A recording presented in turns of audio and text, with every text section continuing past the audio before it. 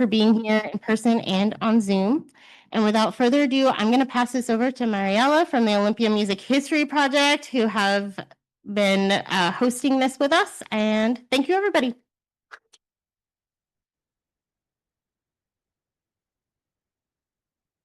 Thanks, y'all, for being here tonight to celebrate the 25th anniversary of the Transfused. Like Betsy said, my name is Mariella, and I'm with the Olympia Music History Project. Me and my partners, Kelsey Smith over here and Markley Morrison right there. Got some grant funding from the City of Olympia through Inspire funding, and this is one of the programs that we're doing in partnership for that. The Olympia Music History Project started in 2022 as a City of Olympia project. And in 2024, Kelsey Markley and I took over as the sort of working group for the Olympia Music History Project. We have a website, olympiamusichistory.org, which you all should check out, which includes all of the interviews that we've done so far to document the Olympia music scene from 1981 to 2002. Today, actually, in honor of today's event, Freddie Havens, who is the director of the Transfused, their interview went up today, so you all should definitely check that one out. I won't bore y'all with too many details, but there's lots of fun stuff happening. Less than a week from today, on Sunday, we are hosting in partnership with Schurler Sundays, the Olympia Music History a little music festival, including a Transfused sing-along featuring Nomi Lamb, who will be with us tonight. Right now, Radio and Wynn Greenwood put together an incredible 15-minute documentary to sort of tell you a little bit about the Transfused.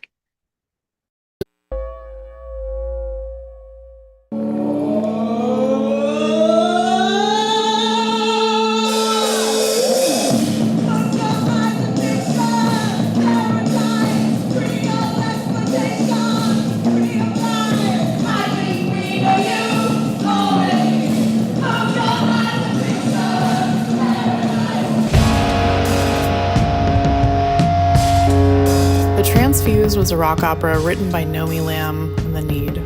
It was performed as a one-time run of 8 shows at the Historical Capitol Theater in Olympia, Washington in July 2000. The Transfused was a post-apocalyptic story about a group of multi-gendered animal people called mongrels who resisted the oppressive rule of the corporation. The rock opera explored themes of gender diversity, disability, addiction, environmental destruction, and corporate corruption through powerful and complex characters and an electrifying sound score. The entire production was funded by community donations. Patrons were allowed to pay what they could for a ticket, allowing for greater accessibility. I'm a slider. My favorite part of the story are just like certain lines that are just so amazing, like in the face of tyranny, the greatest act of bravery is life, or a life worth living is the greatest act of bravery. My favorite character in the rock opera? What? This is different than the last one. How am I supposed to I this? like Z. Do I need to like get a haircut? Because he's cute. I hate that. Well, he's great. I have the best director. 12, 19. I can look up in a minute. I'm just trying to throw this on. Yeah, we have to Are you sound check nervous? the meeting song.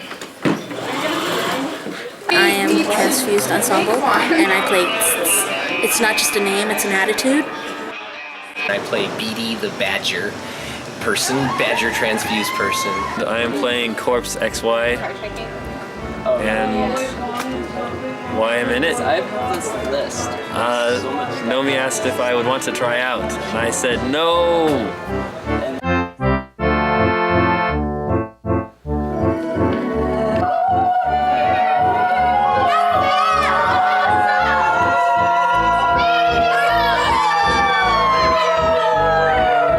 I'm Jerry Beard, and I play Gren, the leader of the People's Army. I play a corpse. I believe my name is CEO XYX. I first saw a poster up at the Midnight Sun about auditioning for the Transfused, and the audition was on my birthday, and so I figured that was a sign and I should just go for it. And in the show, I'm Sid. I like my character a lot, and my characters made me think about a lot of things. about social action and community and why in America we tend to need people to die to get something out of what they've done in their life.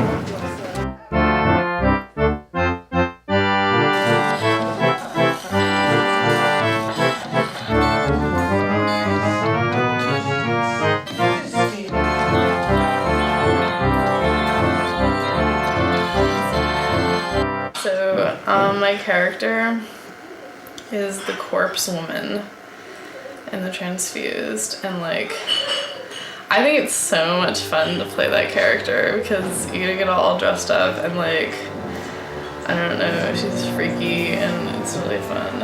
In the Transfused, I play the lieutenant of the Sliders. And I am 15 and I go to high school and I play cello and stuff. Well, I heard the song "Set the Midnight Sun" that one night, that first time they sung them, and it just totally, like, it was electrifying.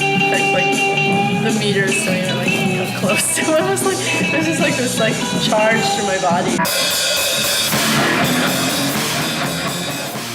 In the fall of 1999, Nomi, Rachel, and Radio started writing the rock opera. They then put out a call and held auditions in Olympia. The cast and production crew, both local and from out of town, were rooted in the queer and trans music art scene of Olympia, Washington. My name's Anna Huff, and I'm in the rock opera The Transfused. And I'm an insect in it, and I have 400,000 eyeballs. And I'm Asa Thornton, and I play Peaky in the show, and I'm a peacock, and I guess I'm a peacock, and everyone knows what a peacock is. Hi, I'm Nomi, and I play the part of Avi, and I wrote the vocals and libretto. I wrote the libretto for The Transfused. I forgot to say that I'm a unicorn. Okay, actually I'm not really a unicorn, I'm a hybrid kind of unicorn bat thing. Batacorn. I'm Samantha, and I'm in the Transfused ensemble, and I play Clara, who's part orangutan. Okay, I'm Spider, and I'm the production manager, and I play the commander. Oh, Jeannie. Wherever I go, she's gonna But I don't have the rest of the stuff on, so I probably can't tell yet. So futuristic. Veins. My name is Ron. Let me get my horns on. I feel so naked without them. My name is Hilary Homosex, and I'm the assistant director and makeup artist for The Transfused. I've been really into it. I've been making a lot of like prosthetic noses out of liquid latex and lots of, sideburns and eyebrows and hair pieces. I think it's going really good, and I think people look very glamorous, which is my goal. That's the only thing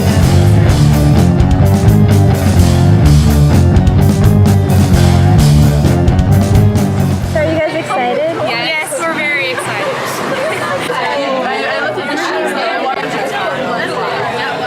Are you guys excited? Oh yeah. Yeah, rock on! We've been here for 3 days, and we're ready.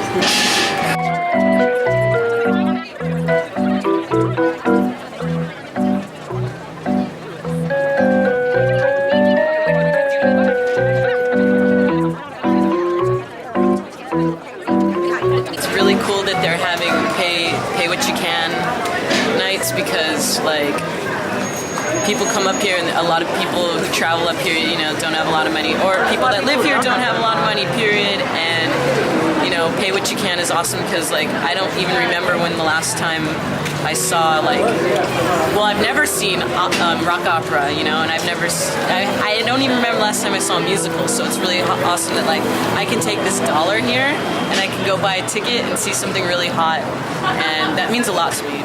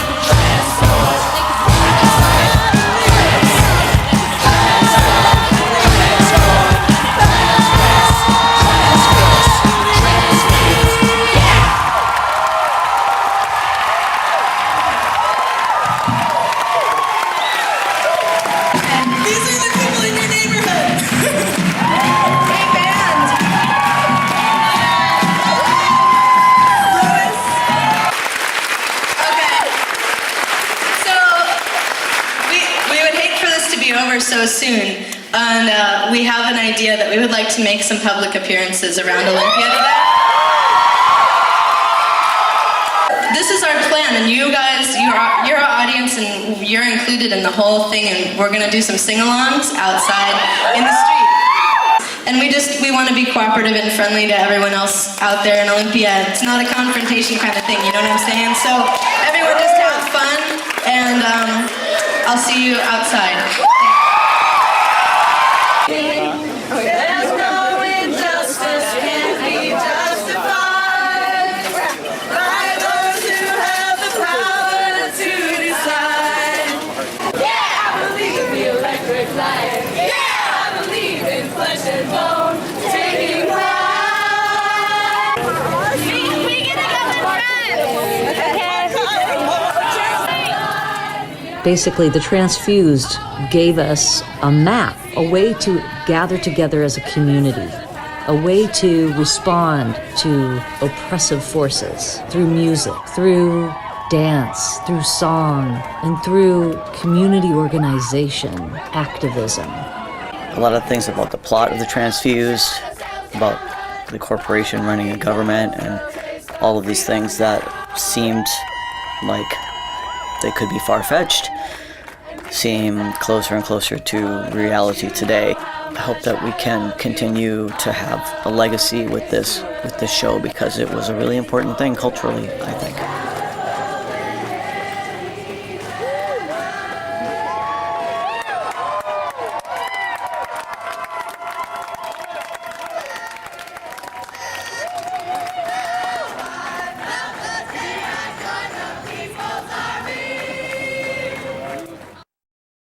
Why don't we start at the end?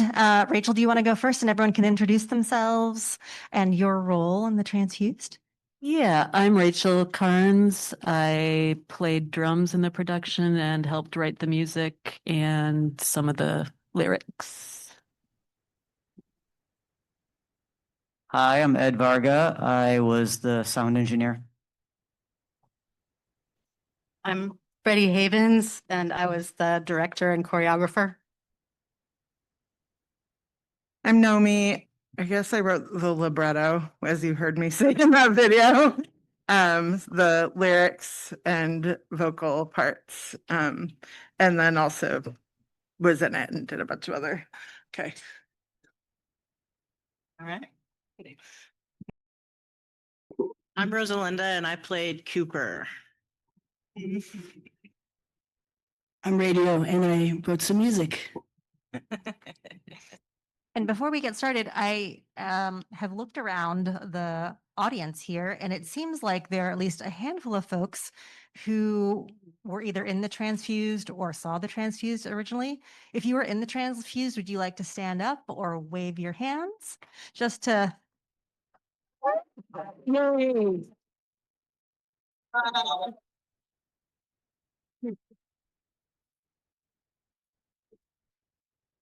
Wow.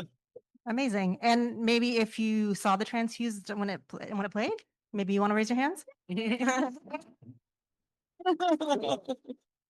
Awesome. Well, maybe Nomi and Rachel and Radio, maybe you can start us off on how the Transfused came about. What gave you the idea to write a rock opera? I'm really into musical theater, so and people like Freddie and Ellery, who did the makeup and stuff, were putting on drag shows, and I invited a bunch of folks to go see a production of Jesus Christ Superstar, and there were people that weren't necessarily into musicals, but were like, oh, like this is like drag, or like this is really queer and interesting, and like what kind of bigger stories can we tell? And then I went to see The Need play, and they were writing music that already felt like a rock opera, like it had all these movements, and like it just sounded like stuff going on. So then I think I just asked you guys after a show, like, do you want to write a rock opera? I think so. Yeah. Yeah. And we were like, yeah. Okay. I also have a memory of a trip to the laundromat in the van and like maybe reconfirming, like, so rock opera? Yeah.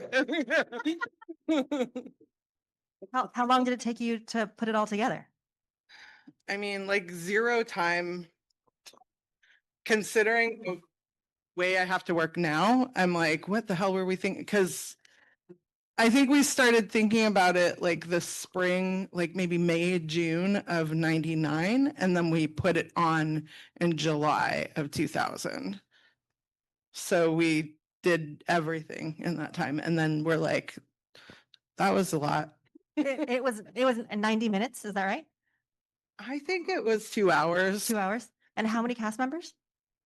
26. Yeah. 24. Ed would know. Yeah, I should. Yeah. 24 vocalists. Yes. And Rachel and Radio, how did you all come about writing the music for it? Did you guys work on it as a collaboration, or the three of you? You go. Yeah. The songs we already had written is the secret. Yeah, some of them turned up on the record we released that year in a different form. With maybe just a few more parts or like a few more less changes or whatever. You adapted it. But we wrote a lot of stuff just for the show, and it was concurrent with Nomi and I spending a lot of time on your porch smoking cigarettes, hashing out the plot and some of the lyrics. Rachel actually wrote a lot of lyrics also. When I was looking back, I was like, oh, Rachel wrote this part. Rachel wrote this part. We each had our own special style. Yeah. Yeah. Spent a lot of time with the 4-track cassette recorder, just layering and layering until we finally got stuff flushed out and would give cassette tapes to Nomi and friends to start working on stuff. When we were fundraising and doing all kinds of stuff before all the songs or the whole show was even done, like it all kind of was happening at the same time. There were like a lot of like trips to IHOP with Freddie. I remember like being like, okay, so now this all has to happen in this amount of time. How are we gonna like, how is this gonna go along with like these 8 bars? Like, how do we tell that story within it? Anyway, I just want to name that there were 5 of us that wrote the story together. So it was the 3 of us plus Freddie and Emily Stern. I remember vividly when we were totally stumped, like where the plot was going to go next. And someone was like, well, what if this happened? Someone was like, well, what if this has happened? And then we were like, what if the whole thing is what if? Oh, yeah. And then we made a song about what's going to happen? What if this happens? And then the plot took form from there. Yeah, that's true. Yeah, it's cool. Yeah. I also have a strong memory of Radio going, I want this to be like Looney Tunes. Do you remember that? Like where someone climbs a ladder, the music goes doink, doink, doink, doink, doink, doink, doink, doink. Like, so that was really inspiring. There was a song called Doink There for was. a long time. I literally thought that was the name of the song. You were like, no, that's not going on the album. Can those of you who contributed to the writing of the opera, there are still a handful of people who have never had the chance to see it and only heard a little bit about it. Maybe you could tell us a little bit more about the plot and how that came about. I also, in watching the documentary, I'm remembering that there was the main stage, but then there were also other elements on the side and in the front that were also happening. Can you tell us a little bit about some of those different elements in the opera? Thank you. Sure. Yeah, so what you're getting with the Transfused is a apocalypse, post-apocalypse or dystopic sci-fi imagining about a marginalized, oppressed people, and they're going through a kind of a moment of reckoning with how their situation is never going to change unless they do something. And then we follow them over, I think it's supposed to be 3 days, and you see this larger conflict, which is the oppressive corporate overlords, but then there's these interpersonal struggles for each character while they're trying to like find their way. And there's these really, different choices that are sort of forced onto the characters, and I think we squeezed in a lot of character development into that short period of time where you kind of connect to different, they might be sort of imagined fantasy characters, but they have these pretty recognizable types of personalities that have to make these intense choices together. And so we're trying to show a resistance struggle and get across like the pain and the like also passionate moments that come in that. It feels very right for an opera, it has a pretty melodramatic feel taken as a whole. Do you want to talk about the pockets? Right. So on the stage, there were a couple different scenes that we would move through. We had like the transfused neighborhood or village, whatever you'd call it, and then we also had a set for the factory where they worked. And on the side stages, we had Sid, who is the kind of voice of rebellion. She's a DJ, sort of, or like a radio personality. She's got a pirate radio station. And that was in one of the alcoves, those weird little things that are on the side of the Capitol Theater stage. And then the other alcove was kind of the domestic, weird trad family of the corporate characters. Trad family, but plus some other guy. Yeah. Third patriarch, definitely like a patriarch heavy vibe. So they had this little creepy sideshow that was like Leave It to Beaver, and then in front we made this little nest for these two rats that just deliver these really excellent kind of,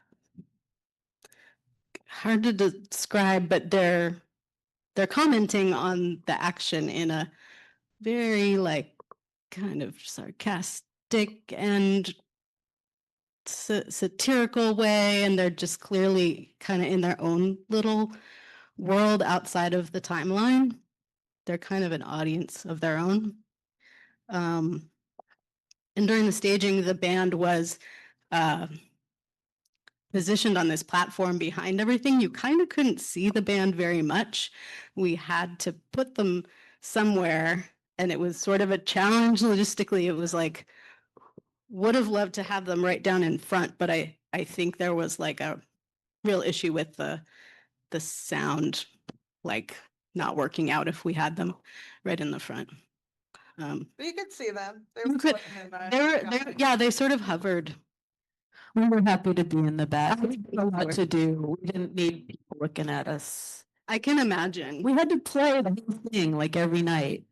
Perfect. Yeah. So I can imagine, and like it would have to be entirely different than playing a show where you play your songs and you play a song, take a break, banter, take a sip of water, and do that. It's like no, entire thing. We did have an intermission at like after like an hour or something. There was a brief intermission, but yeah, just play the entire thing all the way through. Yeah. Yeah, I think the lofted band thing was about just the sound that we didn't know where we were going to get all this crazy equipment for to make everybody up, and so I had a lot of concerns with how do we control the band sound and still hear the vocalists, and that was the solution that we came up with, was to have them elevated and upstaged left and in kind of an elevated orchestra pit. But one of the things that I like about the plot is that it's a story of a rebellion and a revolution, and the main characters have these different roles that you see happen historically in revolution. There's the people who are the leaders of the revolution and want to break free and want to have a completely different society, and then there's the people who kind of have an alternative idea of how you could break free, but you're still under some kind of overlord or some kind of government. And there's people who just want to run. And so I really like that those different parts of like historically how revolutions seem to unfold across time were included in the plot.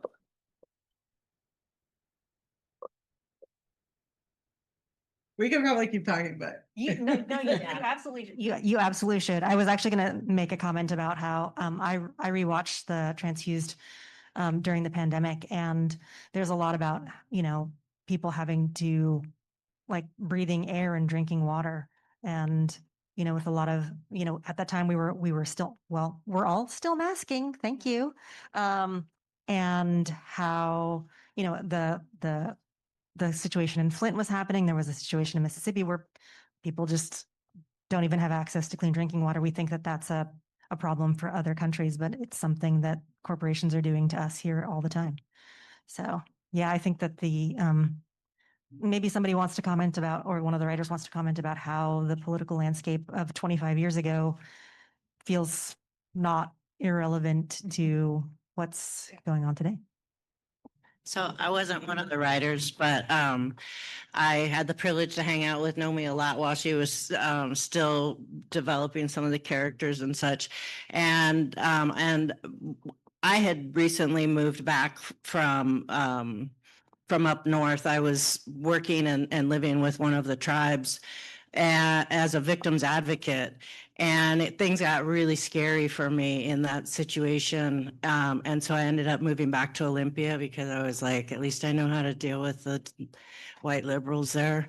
And so when I saw the flyer for the auditions, I was really excited because I grew up in the theater. My mom was a seamstress, and I had heard of Nomi before. We both went to Evergreen around the same time, and so I was familiar with her somewhat. And so we got to develop a friendship and spend some time together. And when I moved back, I also got a job working at Evergreen part-time as the sexual violence prevention coordinator. And so we would have conversations about like power dynamics, and I think through some of these conversations, things came up like the corporate guy saying, the mongrels, the filthy mongrels have this radio, so go get it and bring it to my house tomorrow night. Like that kind of icky stuff, like showing those, demonstrating those power dynamics that get used in all kinds of different ways. Between all the different kinds of archetype characters that were a part of the story. Rosalinda, do you want to tell us a little bit, as a cast member, how tryouts were and how you found out about? Well, I found out about it because I was walking down 4th Avenue. I was really eager to make community because I was new back to town. And so one thing I ended up first at a puppet making workshop that turned out to be part of the WTO protest. And then the other was the auditions. I saw the flyer somewhere on a window on 4th Ave and was like, oh, I love theater. I want to do that. So I went and tried out. And I don't necessarily remember the auditions themselves. I just know that it all worked out. And I had a lot of fun. And I from what I remember, Nomi originally wanted me to, was thinking of casting me as Grimm. Oh, really? Yeah. And then after I auditioned, she was like, no, I want you to do something else. And so she kind of designed Cooper around my voice, and then also just conversations about, like some people are really scared. Like there's a lot of legitimate reasons to be scared about standing up for what's right and revolution and things like that. And so, a lot of what you hear Cooper say is like, I don't know what to do. I'm scared. Maybe we should run away and just go find our own peace, kind of, so yeah. I was just thinking about this, Rosalinda, because I've been practicing for karaoke for Sunday. And I was thinking, I'm like, oh, we have to do The Ultimatum. Like, that's such a good song. But the whole song is about, like, our characters are family. Like, they love each other. And Cooper is like, okay, I'm leaving. There's this, like, people's army that came through, and they have, like, this alternative thing that they're offering. So I'm going to go with them. And my character's like, no, like this is where we belong. Like these are our people. This is our community. I have to stay. And so there's this like separation that happens. That's really heartbreaking. And I have fortunately never been in a position where I had to leave a home that I loved because of violence or like that level of survival needs. And I am just want to name, because you asked about like parallels, like I'm in daily contact with somebody who's in Gaza and is like in that exact situation and trying to get out and trying to leave. And there's this line in the song, like right after you leave, where Avi says, and that's how they win when everyone dies or leaves. Now I don't even know why I wanted to stay. And I feel like I hear like almost those same words coming from my friend Mahmoud. So, yeah.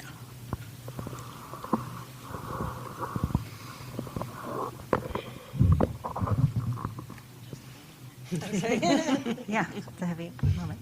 The quiet whole day. Freddie, as the director, do you want to tell us a little bit about how, well, one, how you became the director? It was mentioned that you were putting on drag shows, and you hadn't. I don't know if you had done a background in musical theater, but how did auditions go for you? I had been maybe doing drag performances around the Northwest for like a couple years ish. Not a ton, but having like a great time and really getting a chance to be a performer and kind of get to know myself as a person who gets up in front of people and does stuff. And that was like it was an important thing for me to also get to kind of, try out different like gender vibes on myself. So that was kind of part of that. It was really fun. And Nomi we were buddies, but we'd also done some drag numbers together and had like, fun shared sensibility, I think. So, and of course I also loved the music of The Need and, was going to all the queer punk shows of all kinds, but we all especially loved the sound of The Need, and really like to just illustrate it, because I do think they had this special place for people. Like I remember where I was the first time I heard The Need. I remember where I was the first time I heard the 7-inch, and my friend Keon played it for me on a tape, and I remember where we were going, and I remember turning to him and being like, this is the future. And he was turned back to me and was like, I know. And I think it hit because they're so great, but also because I didn't know a lot of the kind of post-punk, like I knew a lot of punk rock and local Northwest punk, but it was just a great, unique sound. But yeah, so I remember talking to Nomi and kind of pitching myself like, so I hear you're doing this thing. Here's a thought, hear me out. I can almost imagine Nomi's face kind of doing a Nomi face, like this one face where she kind of like, her eyes kind of narrow. And then we talked about it, and I was like, what if I was wanting to maybe be the director of this whole thing you're doing? And I was like, I know I don't really have a lot of experience, but I think it would be good because I'd like to do it like this. And I don't remember all the things I said, but I did feel like I was gonna have to talk her into this because I did not have any theater background, dance training, and I think that's actually perhaps typical of a gender queer person that does not really fit in or feel good when you're in, traditional high school musicals or dance classes or other things. So yeah, so I came to that kind of part of myself later. But Nomi thought about it enough to like make me like a candidate for that. I also remember meeting up with Radio and Rachel and Emily too, and kind of getting a group interview. And they went with me. I don't even still totally know why, but I'm glad they did. And then I was in for a totally wild ride because we went really big for what we were aiming for, and it never occurred to me to be creating this show in any more dialed back kind of minimal way. It was gonna be just like all the musicals and rock operas that I enjoyed. I was like, that's what we're going for. The whole enchilada. So, yeah. What else? Can I tell you guys about the time that the FBI or the Secret Service knocked on the door? We were at rehearsal at Spiders, and Al Gore. Emily. Yeah, Emily. And Al Gore was, I guess, in town speaking at the Evergreen State College. And No, he's at Roosevelt Elementary School. oh, okay. Yeah. Okay, he was at Roosevelt Elementary School. And Emily lived on this kind of back neighborhood street. There's typically not a lot of traffic, but there was this car that kept going by, and we were and the cast was so big that we had to like rehearse in groups. So like the transfused characters would have rehearsal together, and then the sliders would have rehearsal together, and so we actually didn't meet each other, for the most part until like the last few weeks, I think, when we really started spending more time together. But anyway, so it was the transfused characters, the mongrels, and Emily's living room window was this big, huge bay window, and we're all standing in a circle doing our vocal warm-ups. So, that kind of stuff, right? And tongue twisters to get your mouth moving. And there was a knock on the door, and somebody identified themselves as the Secret Service and said that that someone from this address had pointed a laser up at the Secret Service helicopter. And remember, this was 25 years ago, so those things were like for playing with cats, right? And so they wanted to see everybody's ID, and Spider's like, no. And she turns around and she says, did anybody point a laser up at the helicopter? And we're all like, what? No, we're all inside, and so she says, nope, you can't come in and you can't get anybody's ID, and made them leave. And so then this car keeps driving back and forth down the street while we're doing our vocals. And so we started going, the Secret Service, they knock on your door to protect Al Gore.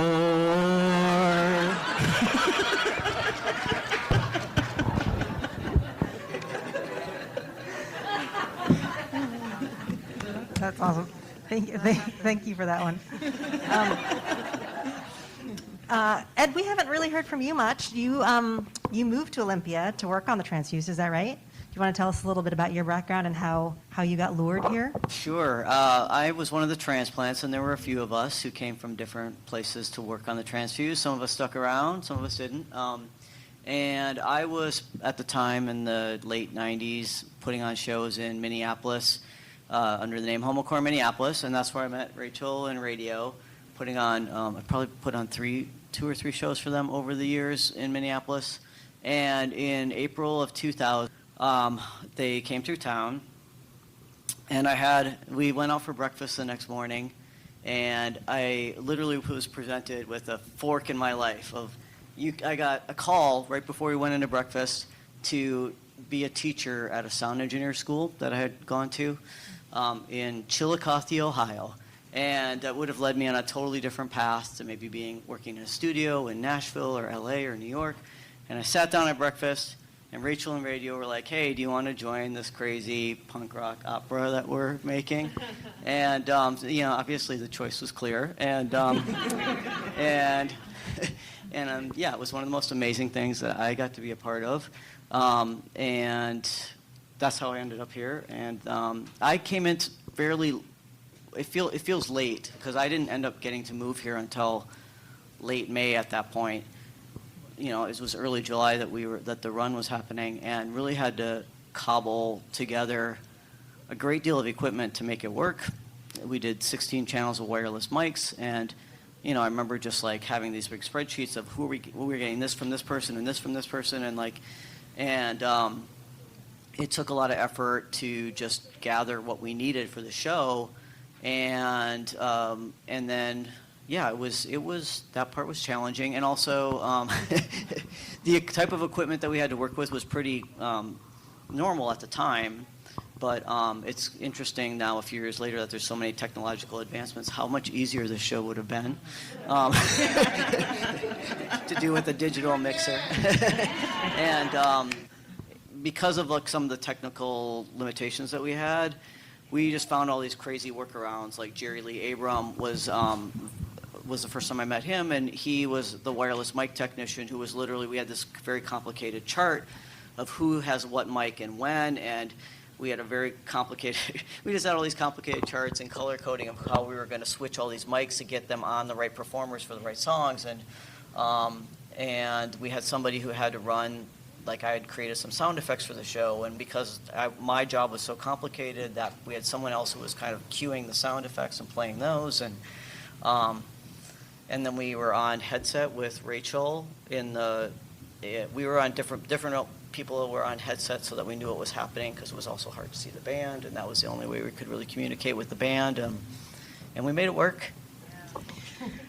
I want to add that Ed was incredibly clutch, and I can't think of a better word, and because it was late and in the game when he came along, and we really needed someone very dedicated to specifically the mixing, the engineering, and it just wasn't presenting itself locally, and it was getting down to it, and we even were like, oh, should we just do this totally differently? Should we just not? And I was like, no,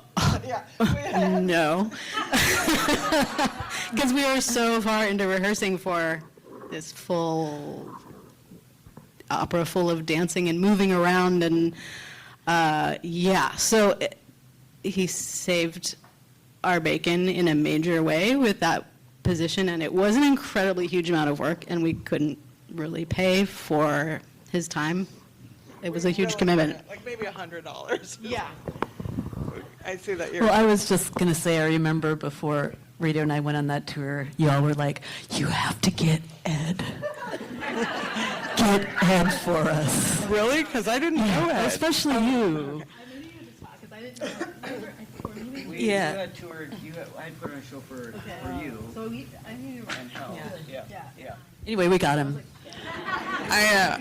I feel like Ed was basically like a superhero, because I was just writing all these lyrics and vocal parts, and like I was like, this person's gonna sing this, and then this person will interject with one line from this other place, and like they're gonna, I don't know what I was thinking. I didn't even consider that people wouldn't be able to hear us. And then everyone was like, well, why don't you just have them all stand in front of mics when they sing? Which is what Freddie's referring to, that we're like, no, we're all moving around the entire time. Like, that would ruin it. So, yeah, we really needed the magic that was Ed Varga. So, thank you. Very sweet. Thank you. I mean, it was, thank you. I'm not going to cry, but I might. That's very sweet. Thank you. I think one of the hardest things for me with coming in late was, if I could have done one thing differently, was just know the show better, because it was so complicated. Like Noe said, it was like, who's turning up here? Turn up this person here. And knowing the show better, having to focus so much on getting our equipment secured meant that I couldn't go to as many rehearsals and really learn the show, which is what a lot of us do in technicians in theaters. We have to know the show inside and out. And so that was maybe the hardest, even harder than trying to wrangle all this crazy cobbled together equipment. That's one of the many consequences of none of us had ever done this before, and like various people had some theater experience, but it was like cumulatively we didn't know what we didn't know. So we were very bold, and then also learned some things the hard way. So, but pushed through ultimately. I think that that's a sort of a classic spirit of Olympia, like not necessarily knowing how to do the thing before you decide that it's a good idea to do it. Absolutely. Do some of you all want to talk about how some of that came together, like either the equipment or the sets or the costumes? This is a really big production. We got to see like a little snippet of some of the makeup and stuff, but it's a pretty big production, and how some of that came together. Well, there were just a lot of reaching out, putting out the call all around the town in word of mouth, but also some flyers were posted at things. And yeah, one of the things that I think is special about Transfused is that there were people from all different social circles and little subgroups of Olympia scene and cliques and everything, and they were just like brought together quite a few different people from different little corners of Olympia, and it's nice to know we can do that and like kind of break out of our little circles and come together for something that we couldn't do in our small little safe circles of friends, you know. So yeah. But there was Kath Doyle, was that her name? Came from Georgia to do the lights. I'm like, how? I knew her from Sister Spit. So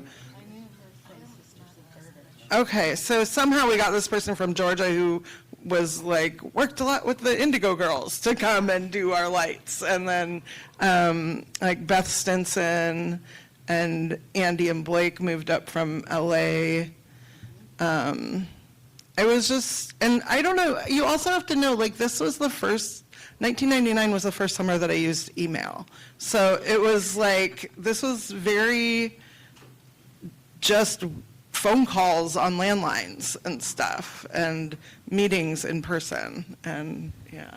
Well, radio had recorded Beth Stinson's band in Portland maybe like 2 or 3 years before.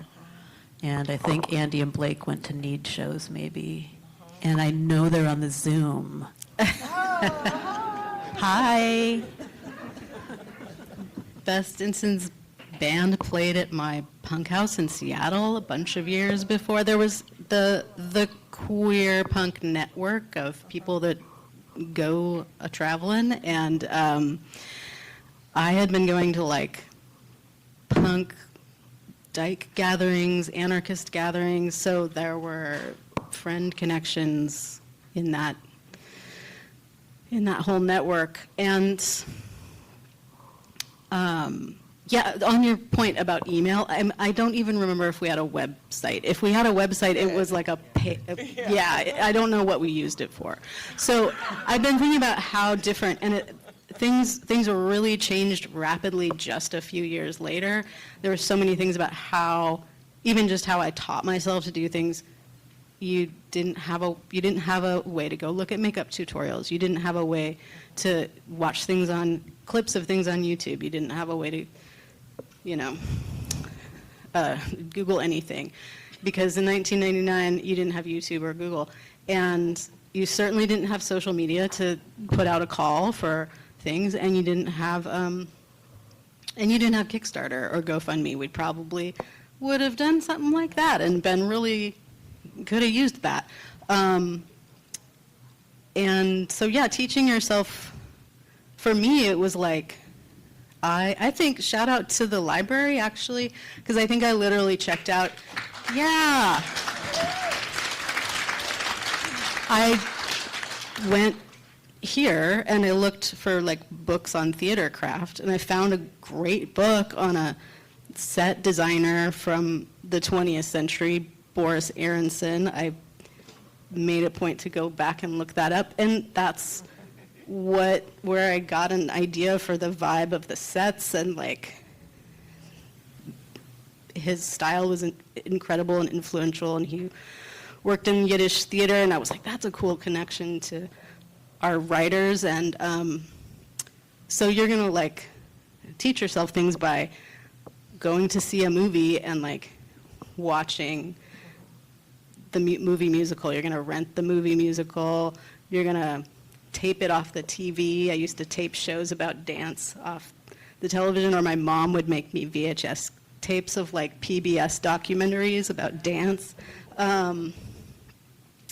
Yeah, so then it's just a few years until suddenly we have all these different ways to learn things, which we were just like using the old ways. I also think it's really cool to talk about, like, that's how we did it. We were able to create in that space without all of the internet things that we do now.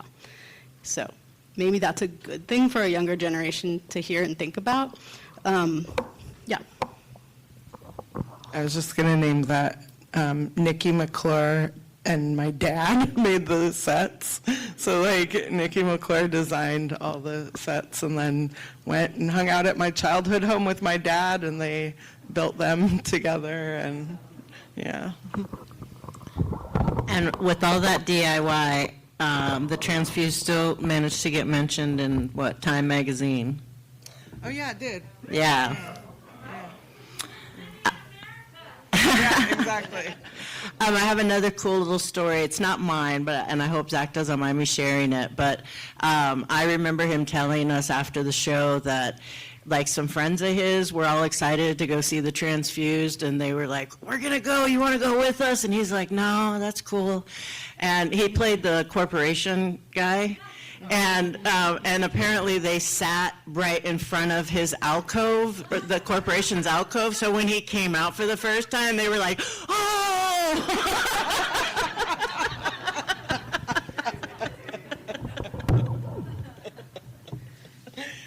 Also, I don't know if you could tell from the documentary, but those characters got like freakier and freakier throughout the show. So like at the beginning, they looked like nice 1950s, and by the end, they look like these like horror clowns, and yeah, revealing their true nature. Yeah, that's fun. Panel, do you have anything that you want to add before I open it up to questions and reflections? I guess one more thing I would like to say is that I really enjoyed the sexy song. Like, that was like celebration of queer love all over the stage, and that was just beautiful. That's really good. Yeah, it was really good.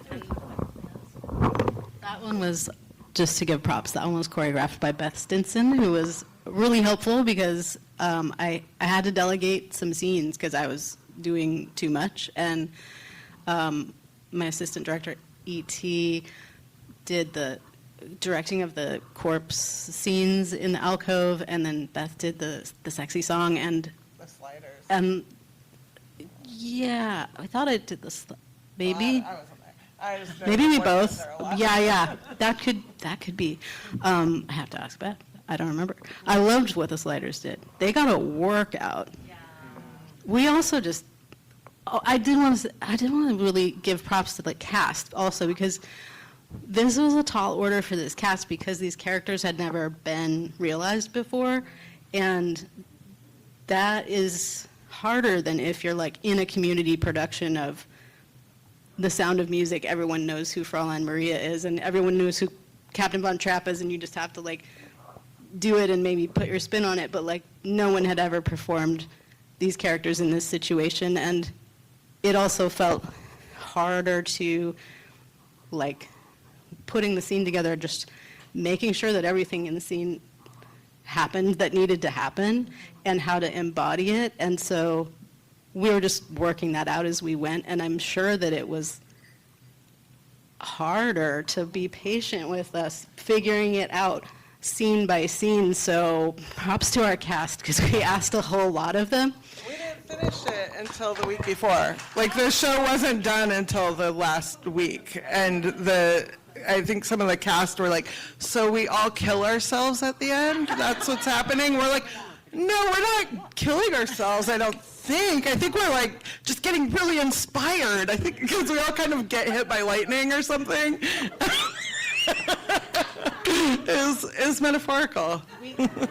We maybe could have used a little more time for just that reason, because the show works as a like literal like plot-driven thing, but it's also very aesthetic and it's powerful and symbolic. But there's like a lot of plot, and then where the final scene ends is left quite open to interpretation, shall we say?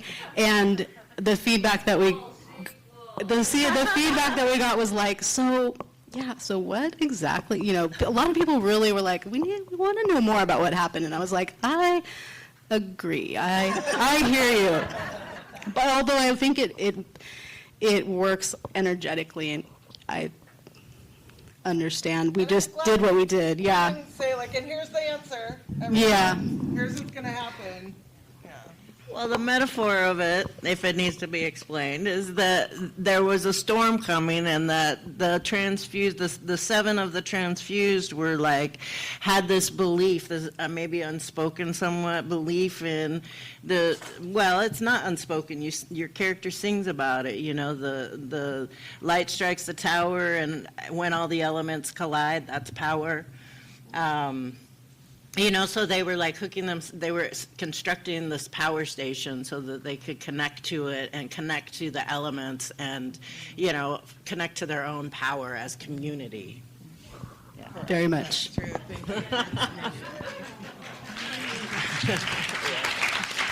All right, we've got a few questions. Can I share one more thing real quick? Sure. I just remembered this, that because I was looking through my my memorabilia that I was going to bring, and so they used to Nomi used to give me a cassette tape with just the music on it that was recorded for the songs that I had to learn, and it wasn't like written in musical notes. I got these sheets of paper that would be like 77654.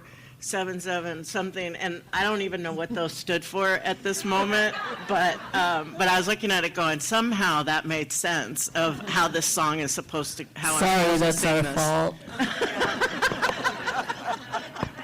It is or isn't your fault? Oh, okay.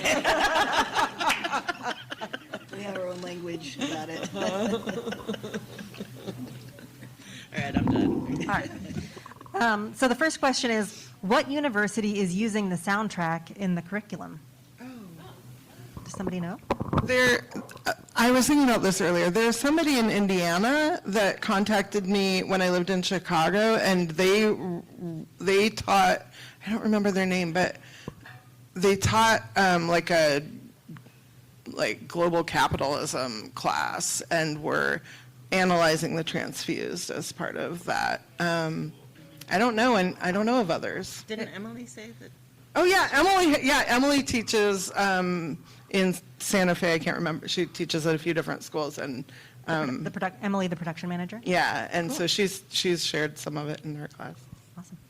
And I've tried to get advocates that work with victims of crime to do community organizing around violence prevention. I've tried to get them to get interest in the transfused, because I think it has a lot to say about the power of theater and transformation and building community. But you know, they're stuck in their like nonprofit boxes, so. It's hard. Someone wants to know, is the merch going to be available online? What do you want? Taking orders right now. We're taking requests. What would you like? Please let us know. You can DM us. Okay, we can do that. This is another softball question. Will the 15-minute video from tonight be available online anywhere? Yes. Yes, and I just have to have a conversation with Wayne Greenwood about that. How would we let people know that? Social media. Oh. We don't have a transfused social media, but there's more happening, and they have a YouTube. Yeah, we right now we only have a YouTube channel that has a couple of the songs from the rock opera's karaoke versions, so folks can sing along. Mostly we just made it for the sing along, but feel free. And I would hope that the movie will be available there at some point. Yeah. But yeah, there's still a conversation that we have to have about that. Do you want to tell people about? Really quick, radio. Do you want to tell people about the footage that's available and the process of potentially how that might come together for people to watch a full version in the future? We have a whole lot of footage, a bunch of hours from Wynn Greenwood and Conoco, and there's hours of all the live performances on ADAT, and we've been working to digitize all that stuff so we could put together like some kind of recording of the live show audio and a documentary that's more of a filled out one. Hopefully Elliot will be a part of that or help us completely do it. It's all kind of a negotiation because we're trying to figure out what to do with it all. It's the truth. I think people are eager to see it. Naomi, we have a request for someone to read your T-shirt message that's hidden behind your scarf. It says, "I hope I live to see the fall of the American Empire." And I think it's currently happening, so this shirt is relevant, yeah. All right, another question. Maybe we'll do one more question from the internet, and then we're going to open it up to the floor, and then I'll take this other question in a minute. So the question is, if you were going to create a similar kind of project now, what would you do differently? How would the process of creating a community rock opera be different in 2025? We'd have all those tools that Freddie mentioned, plus all your help, right? Yeah. I wouldn't know until I started doing it, and then I would have a million ideas. Yeah. I'm sorry that I don't have much to say about that. So, I'll say something. Oh yeah, Freddie. It's not if I think same as what Naomi said. I wouldn't begin to imagine it would be so different. But I have been thinking a lot lately. I think anyone who appreciates the Transfused can understand, like, the power of like story, and sometimes I really feel like our country's like political left and progressive side of our country has not written the story that unites people, and a lot of people have so much creativity and so much input, and there's so much out there, and it's not to just say no one's doing any cool creative political work, because that's not what I mean at all. But the way that what we're living through right now, this like right-wing backlash or ascension, however you might think of it, it feels like the right has been able to captivate people with a story that a lot of people have been compelled, to see themselves as part of something. I think it's based in lies and manipulation and coercion, and it's incredibly false, and they don't have a relationship to the truth of any kind. But I feel like it's on the creative people in our side of building a future to like tell these compelling stories and make something beautiful that people want to be a part of. And that's not strictly activist movement. It's who knows where that will emerge from. It could emerge from anyone. But the creative people are just needed really badly. That's all I want to say. Thank you. I actually thought of a couple things. And one is, like, people have asked us to do this again, like they've been asking for 25 years. And I think I, alluded to earlier, just, how badly burnt out I was after we did it. And so I would need, more, I would need to not think that I had to hold the whole structure. I would need something else kind of like carrying it, and I don't know what that is exactly, but I will say that I work for an organization called Sins Invalid that is a disability justice org that does performance work, and it takes us 4 years to create a performance, and it still feels like, oh my God, we're pushing so hard, but like, I just think our bodies need more time than capitalism and youth will usually allow. But yeah, I mean, if young people want to like put on the Shrek musical that happened a few years ago, like that was fucking awesome. Like I have so much respect for people that have that much energy, and I have to work slower. Well, the question that's in my hand is actually, can we expect a redo or a sequel? Is it something we can allow ourselves to dream about? I'm gonna keep talking. My biggest dream is that we are like that we've been talking about. Like we want it to be able for other people to put it on. So we're trying to create a score, which is incredibly complex. Hopefully there would be a written score, also a MIDI score, and then also just like a karaoke score that like you can listen to the backing tracks and sing along with it and put on the whole show. Yeah. Well, and maybe before that happens, a full-length documentary I mean, because how many people came to see it? A lot of people, but there's a lot of people out there who I think would be interested and would really dig on a documentary, and that might make people more interested in putting on the show themselves. And hey, we're going to need funding if anybody wants to help. There's a Venmo code over in that corner on the table if you do. So I'm going to open it up to questions and reflections to the audience. I'm going to ask that if you want to ask a question or share a story, that you come up and use the mic, because we're on camera for those folks who are on Zoom. Does anyone have any questions or reflections or stories they want to share? Barrington.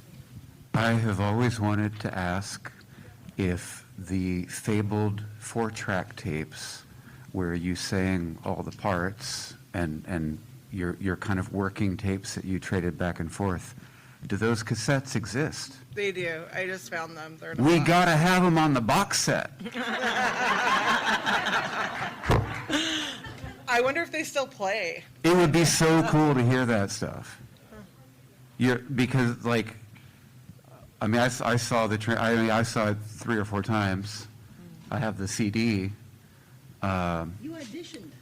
Well, you were supposed to be in it. I was supposed to be in it. Yeah, no, I was supposed to be one of the rats, but I had a rock and roll band that was always on tour, and I think I went to 2 rehearsals, and Freddie and I had a very kind phone conversation where like, yeah, I think I'll be back like a month before the performance. So no love lost. I got to have my picture on the poster anyway, which is very cute. But it would be really cool to hear the process cassettes at some point. Okay. Yeah. I'll get them out and listen to them. Yeah, you're right, if they work. So, as someone who was never actually able to experience the original production of The Transfused, will the script ever be available for license and future production? Yes, I have formatted half of the script currently. I need to do the second half of the show. Still, the script is easy. It's just the score that's difficult, but we want you to be able to put it on. Perfect. Yeah. We're working on it. Yeah. And we can't wait to see it. Yeah.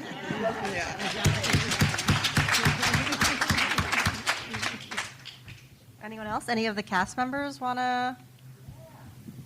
Yay.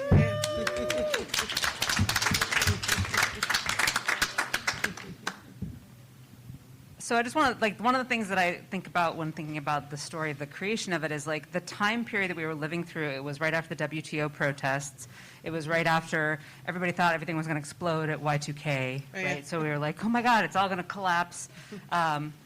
And for me, you know, it's like, as much as I felt like I knew a lot about a lot of things.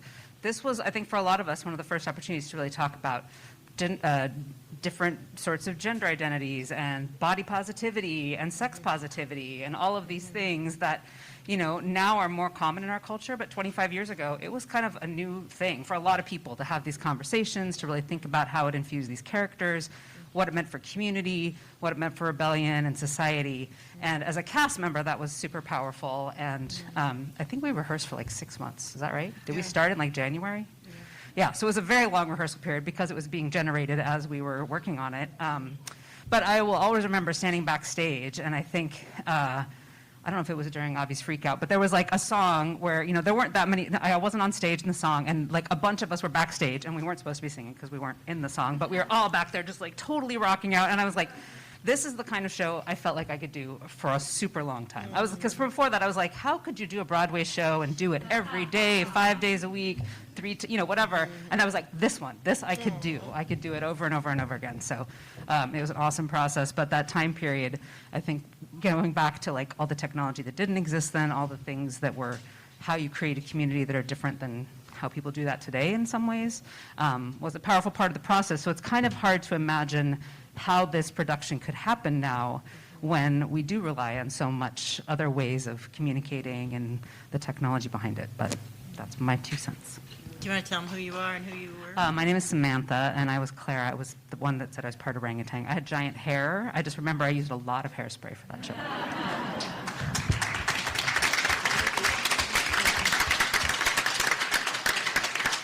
And Samantha, you're going to sing on Sunday, right? Sid, I don't want to put you on the spot, but I'd sure love to hear from Sid. Come on up.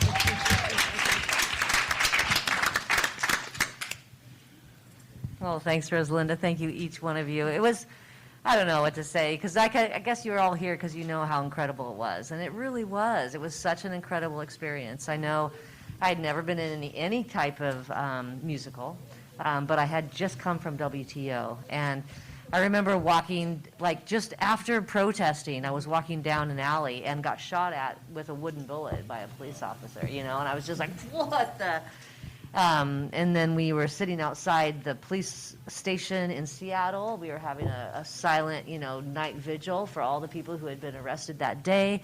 Then I came back to Olympia and saw that there were the auditions. So for me, that time period, like Samantha said so clearly, you know, there was the Y2K, and there was just such a sense that, like, oh my God, it's really here. The world's going to end or something's going to explode. And then we had an opportunity to do this production, which gave us so much joy, honestly. Super fun. So it's super great to be back and see everybody. And I hope that it does get to be replayed and redone by so many more people, and see the effects that it can have on grassroots up, because yes, corporations are trying to take over the world, and we got to change that. Thank you. Thank you, Molly Robertson.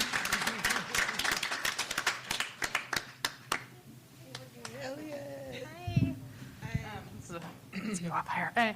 I'm Elliot. I was the corpse wife and the transfused, and I think my experience was a little unique also because I was one of the folks that was in it who was still in high school, and Asa, who was also in it, we're still friends, and like, you know, he went on to go to fashion design school in Paris and works at Tisch in New York. So like, you know, people, I just want to acknowledge that so many people came out of this and did so many amazing things too, which, you know, is true of Olympia, but just, I think the amount of people who are part of the production, I'm still so inspired by everything that people have done. And I just have this funny story because people were talking about the stuff during production. I was, you know, we were in the side alcove, and I think it was opening night. And I remember specifically interacting with Zach, who was like supposed to be my husband or something. I don't know. I was like 16. I was like, what? But I was, I remember getting like nervous, and I just started laughing hysterically and was laying on the stairs on the ground. And he kept trying to get me up because we're the opening act. I was like, so, anyways, just, backstage nerves. But it was, I think the thing about it was kind of similar to what Molly was saying is that, I used to take the notebook with the script and stuff, and I used to take it to school with me and just like read it and get really nerdy about it because, I think for a lot of people who were in it, it was like I felt like I was also a fan of it because it was so cool, and I would like listen to it all the time, and and we would like sing it backstage, and it's just even like watching the documentary and hearing it, it's so good. The music is so incredible. So I'm excited to continue supporting it, and I think it's really great that this anniversary is celebrating and not forgetting the incredible work that everybody did, because it's a bunch of really amazing people and amazing vision. So anyways, that's all. Thanks. Yeah.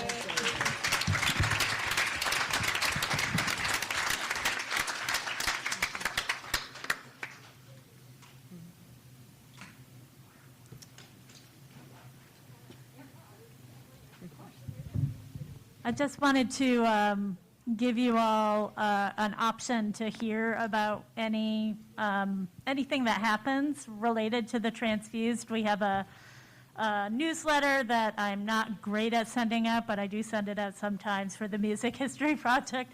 So you can sign up for it at olympiamusichistory.org, and anything we find out about anything happening with the Transfused, we can pass that on to you. So. Can I plug the Sunday thing a little more? Yes. So on Sunday, I don't know how many of you have been to the Shirler Sundays that happens like behind the Three Magnets bar down the street right there, but it's like free music every Sunday. And it's in the like afternoon, early evening. And so I was asked to do something as part of the Olympia Music History Project, and I was like, I don't really have like a band or anything right now. So me and my friend Erin are playing a few songs, and that's going to be very cool and interesting. And then we're going to do a karaoke Transfused sing-along. So what we need is for people to come and sing it. I will be singing Avi's parts, but I will not be singing every single part. So I look forward to singing with some of you. And there's an option for after we're all done here, we're going to go in the parking lot, and whoever wants to practice karaoke, I have a little speaker and my iPad, and we can watch the videos and practice singing the songs.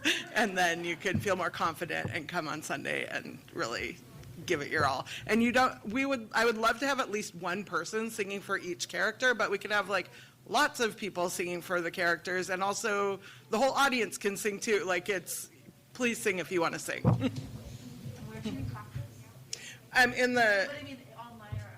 Oh yeah, at @Transfused Animals is the YouTube, and there's 4 videos on there, and mostly Child of Destiny and the Power Station song. Those are the 2 that like we really need people to sing on.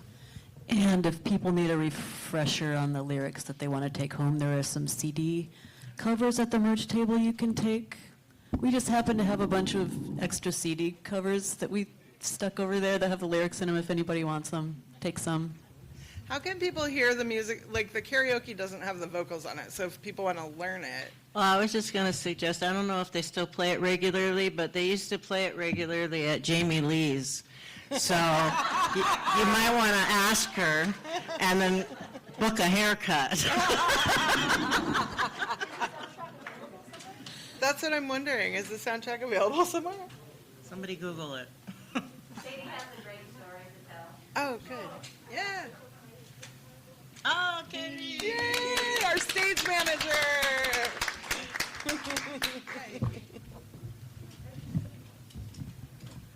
My name is Katie, and I was the stage manager. So I went to many of the rehearsals and tried to coordinate all of the tremendous technical needs that the show required. And it's just fantastic to see everybody again and hear some of these stories. During the shows, I was next to you, Ed. And it's no joke that his jaw was enormous, and the load was like this, and the requirements were like twice as big. And he had strips of tape at his mixer. So like 16 channel or whatever, but for 24 mics. Each song had a strip of tape. Right. So the strip of tape, channel 1 is Oppie, channel 2 is Layered on top whatever, of each whatever per person, right? So every song is done, and the strip of tape comes off. The one below it is the next song with different assignments for the mics for the characters. And it was like a crazy dance that you had to do with grace every time. It was fucking amazing. I had a experience that I've kept with me on other shows that I've done. There was a show where Beth's wheelchair had a flat tire because the tripod legs, we had to shave them down sometimes so that the edges were smooth and would fit into the base. There were some shavings on the stage we didn't know about. Also, the Capitol Theater's, their deck is super old, right? So it's not level. So we discovered before the show starts, but the audience is already in there, that her chair's got a flat tire. Like, who has a spare? Nobody. I didn't think about it. But we held the house for like 20, 30 minutes while Samantha's partner, who had a bike, managed to get it fixed so that we could keep it going. So other shows I've done since that have a bicycle or any sort of inner tube in it, I'm like, okay, how many spares do we have? So I don't want to do that again. Wow. So. I totally forgot about that. Yeah, that was like, and it was so hot too in that theater. Like it was packed full of people, and it was Lake Fair. It was like, can we get started Like anytime 800 soon? people. Yeah, it was amazing. So, but I totally agree with the other points about getting the script and the score in a licensable format someday. I know that's a huge load, but that's going to give life to, I think, so many people and more life to the show that really, really deserves it. So I know it's not an easy task, but whatever you need, whoever you need, it's got to happen. Thank you. It's so great to see you. I haven't seen you in a long time. Katie was awesome because she had the skills. She had theater managing, stage managing skills that were that I didn't have, and it was like so comforting to see her in action, and also like even just the knowledge she had about how to document everything that needed to happen. I didn't know how you did that, and so she did know how to do that, and it was weird to realize that after I was done installing all of the blocking and the choreography and rehearsing everyone, once the show was running, I had nothing to do because everyone was so good at their jobs, and we had this awesome crew that had it running like a well-oiled machine, and that was a wild experience because I was like, huh, I'm just like floating around because these people are so good at doing everything. Katie was really, really good at stuff, and that was extremely wonderful to work with. I also want to echo that Katie was a total pro and really elevated the whole production in that way with your skills. So thank you, Katie.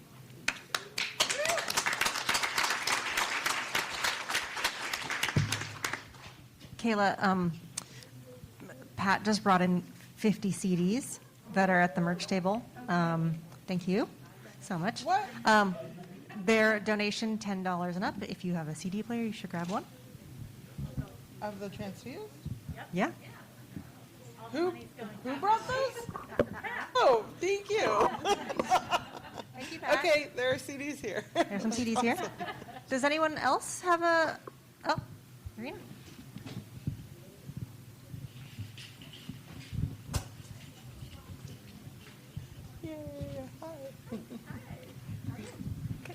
Hi. First, I want to say I don't want to take the credit as Samantha's partner for fixing the tire. That was Larry Levine, who I think is on Zoom. And then I just had a little funny story. I worked on some of the props in the show, and I worked with Roni. I don't know if she's here or on Zoom. And so we were making steaks for, I think it was for one of the side alcoves for the show, and we needed these theater steaks. And so Roni was working in a restaurant, and she had this great idea to actually bring home giant steaks and then encase them in that plastic like stuff that you pour over things, and then it becomes hard. So she was going to use actual steaks. So she did that, and then the next day, when I come over to work on some of the props, we find out that her roommate's dog ate the steaks. It was okay, it lived. I think it just pooped them out. Oh my God. You haven't heard that story? It lived a long life after that. So anyway, and then I just wanted to echo how great. I had no idea when I was making a thing for the performance that it was going to be so awesome. And when I came to see the show, I kept coming back for every single one. So thank you guys. It was amazing. Thank you. Good steaks. They looked great. Wasn't Roni's dog a tiny chihuahua?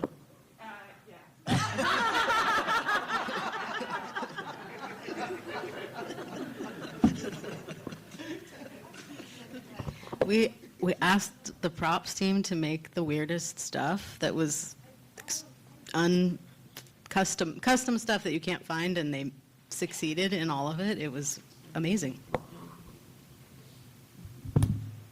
I just want to say thank you, because as like a clueless, very mainstream, but Olympia resident, college student, I went to the Transfused, and it opened my mind about so many topics. There is so much put into this plot that's all woven together, and like I didn't know anything about pirate radio. I didn't and have thought about like buying things from the corporate store, anti-capitalism, like queer relationships. I had never heard of a transgender. And so shout out to the library, because then with this newfound like knowledge, I came to the library and checked out the only book on transgender history from the library and read it cover to cover and learned so much that was like cutting edge at the time and all has like very outdated terminology for now. But thank you for opening my brain.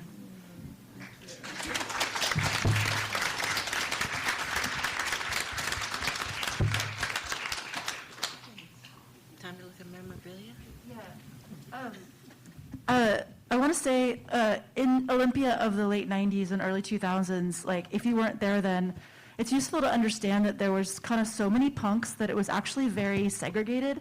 And there's people that like now when I come back, I'm like, oh, hey, I had never talked to you at all. And you literally lived 2 doors down, or like 2 doors down in the apartment building.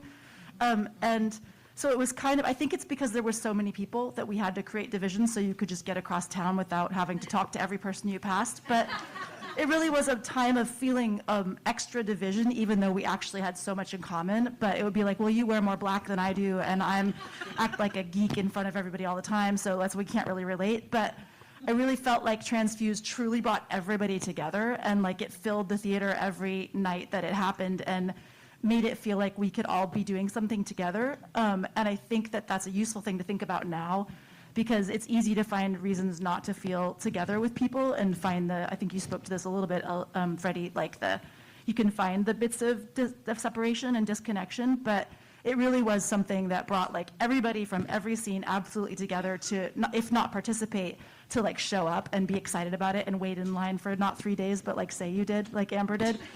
Like it really made us all feel like, oh, this is possible if we work together. And I think that's a useful thing to dip into right now where we are. So thank you.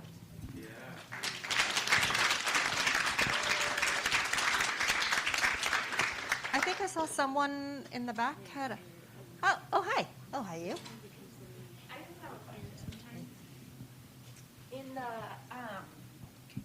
Thank you for doing this show. It was really wonderful, and it changed my life when I was very young.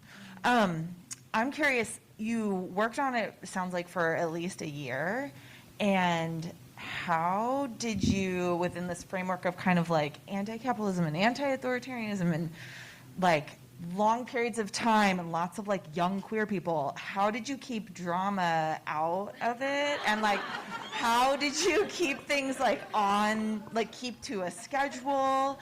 How did you be like don't sing it that way, sing it this way. Like, how did you have your creative vision and let people have their creative vision? This is sort of the vibe of my question. I don't actually know what the question is, but like, yeah, how did you do it?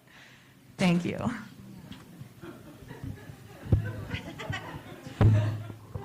We didn't keep drama totally out of it.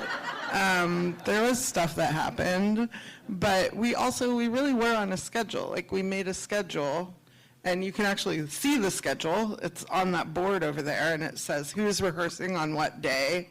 And we gave everyone a copy and said, show up. And they generally did. And then we, if they didn't, like Arrington, we were like, see ya.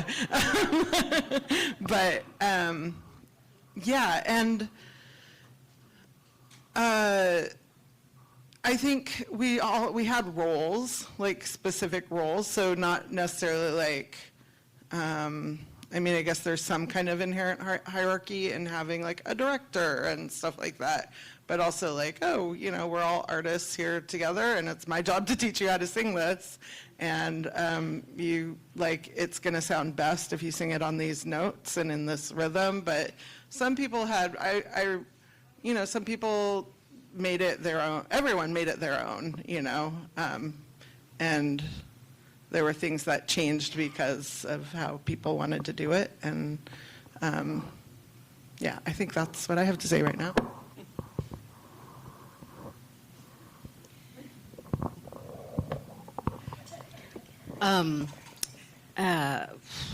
I think we just all have a lot of different gifts that we were bringing. And I was like out of my comfort zone and learning about what my strengths and weaknesses were. And I have a lot of leadership qualities. I also don't have some of the leadership qualities that some of the other people I worked with did, but we nicely complemented each other, I believe. And it was very, I think we experienced just like a lot of just buy-in that was big. And because we had so much genuine like excitement about it. And I think when you have that, it's not that nothing ever got sideways, because I definitely remember a couple rehearsals where I was like, I'm losing these people. They're getting impatient, or I'm not sure where we're going, or it's not coming together. There were moments that were hard like that, or just other things that came up. But when you're just have strong belief and like welcome people to join you in that, I think we just succeeded in having commitment and buy-in. So I don't remember tons of drama. I remember people really showing up and mostly really bringing like their best. Rosalinda just told me we have to be out of here in 10 minutes. So I think people should take some time to look at stuff, right? Yeah. So we've got some memorabilia over here on the right. You all are welcome to look at that. Before we wrap up, I just want to say one more thank you to the Olympia Timberland Library. Also, it's come up a couple times. We need to say it all the time. Free Palestine. It's Free never too late Palestine. to stand up against genocide. Please make sure that you're doing that. Thank you, Mariella.